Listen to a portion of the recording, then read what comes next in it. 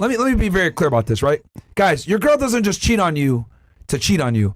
There's a multitude of factors and facts and behaviors and things to look out for that leads up to the cheating, right? And if you're intelligent, you're able to identify these things and stop it before it happens. And what I mean by stop it before it happens is you're really not going to be able to stop. You're going to just have to get out the situation and get rid of her before it happens, right?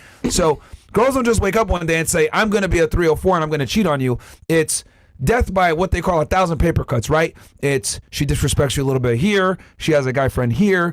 You don't give her a little bit of attention here. You slack off in the gym here. You're not on your purpose. You're not making money here.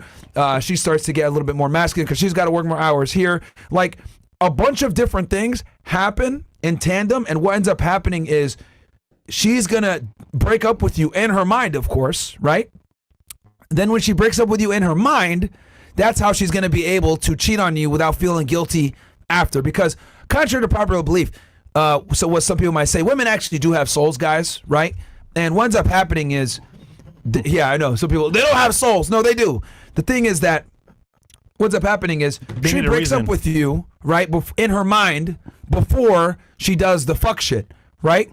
But when she breaks up with you in her mind, you've done a bunch of things wrong that led her up to that decision, and then she breaks up with you in her mind, and then she keeps you kind of there as like what I would consider like a placeholder boyfriend. We've talked about this before. She doesn't want to be alone. You're comfortable. You're there. You're available. So she's already had history with you, but she still wants to kind of step out and experience what's here and there, dibble and dabble a little bit until she finds a good, actual, solid replacement. Then that's when she's going to actually break up with you. Yeah. Women rarely actually end relationships until they have something set up. This is the monkey branch theory, bringing you back to Red Pill 101 here, right? The monkey branch theory is girl has you in one branch, right?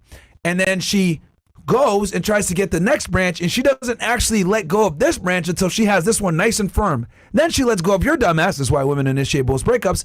And she goes to that fucking other branch, and she has both hands on it like this until she's ready to go to the next branch and move again. So this is what it is when it comes with women, guys. You got to understand that they break up with you in their mind first before they break up with you physically and do this shit. For her to do this tells me that she's been broken up with this guy far before, because the audacity of the actions tells me how long she's been broken up with you. I'll give you an example. If a girl goes ahead and has sex with an OnlyFans dude in a Tesla that you purchased for her, and then you catch her and she runs to a police station after the fact, that tells me that just by the audacious act that she's been broken up with you in her mind for months, my friend, if not a year already, right? The more ridiculous the behavior, the longer she's been checked out of the relationship. And it's on you as the man to figure out and identify problems way before she checks out of the relationship. And this is why it's so important to be red pill aware. Like, for example, does she not follow your lead anymore? Is she talking back to you more? Does she not respect you? Does she try to embarrass you in front of your friends? Does she question your authority, right? All of these things come into play. And if a woman isn't being 100% submissive to you and giving you her best, you can best believe, guys, that more than likely there's some infidelity afoot. Why do I say this? Because women can't serve two masters. As misogynistic and sexist as they may sound, that's actually a good thing. Because women, if you're the right guy, are extremely loyal. Extremely loyal, extremely monogamous, and they don't want to be sluts, guys. Trust me, they don't want to be sluts. But if you're a fucking loser, right, and you are not the best option to her, hypergamy starts to come in. Because again, what is hypergamy? It's women looking for the best option, but it's based in doubt. So once she starts to doubt you, then she says, I gotta go find a better guy. But there is no doubt, and she feels as though you're the best guy. She doesn't need to go elsewhere, okay? So when you're not doing what you need to do, the hypergamous kicker, that fucking hypergamy kicks in like, and she's like, this guy's a loser. This guy's a loser. You need to look elsewhere. And then if that happens enough, she ends up looking for other men. But again, she wants to be monogamous. She wants to be loyal to you. So it's on you if she ends up stepping out, because that means that she clearly thinks that you're not the best option. And this happens from your fucking behavior. So when a girl cheats on you, guys, it's on you a lot of times. Now, the other thing, too, that I will say is that some girls, quite frankly, just don't deserve to be wifed at all. Period. From the beginning, right? He talked about a vetting period here. Remember, guys, when we say that girls cheat on you and all this other shit, this is after you vetted them, right? Like, you're supposed to vet them, right? So that if you find these behaviors early on, you get rid of them, okay? Because I'll be honest with y'all, there's some girls that are just irreparable.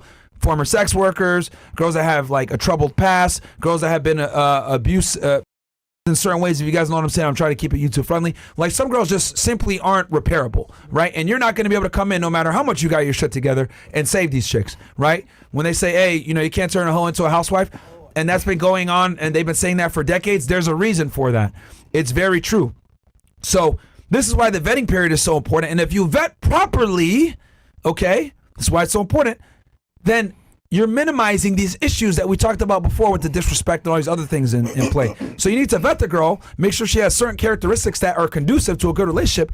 Then you go ahead and keep your frame on point and everything else like that. That's just to mitigate the risk. But some girls don't even qualify for you to sit there and see if it's worth mitigating the risk. Does that make sense to you guys? This is the United States of America. It's no longer 1950s America or 1954. It's 2024. And women have changed significantly. You need to adapt to the new normal. I actually had a whole debate with this with some stupid conservative yesterday about, oh, well, you know, you're Myron, you're anti-marriage. No, I'm not anti-marriage. I'm anti-marriage the way it's done today with modern day women with all the fucking benefits they get from divorcing your dumbass. That's what I'm against. So what I say is you need to move differently, right, and adapt to the new normal of women.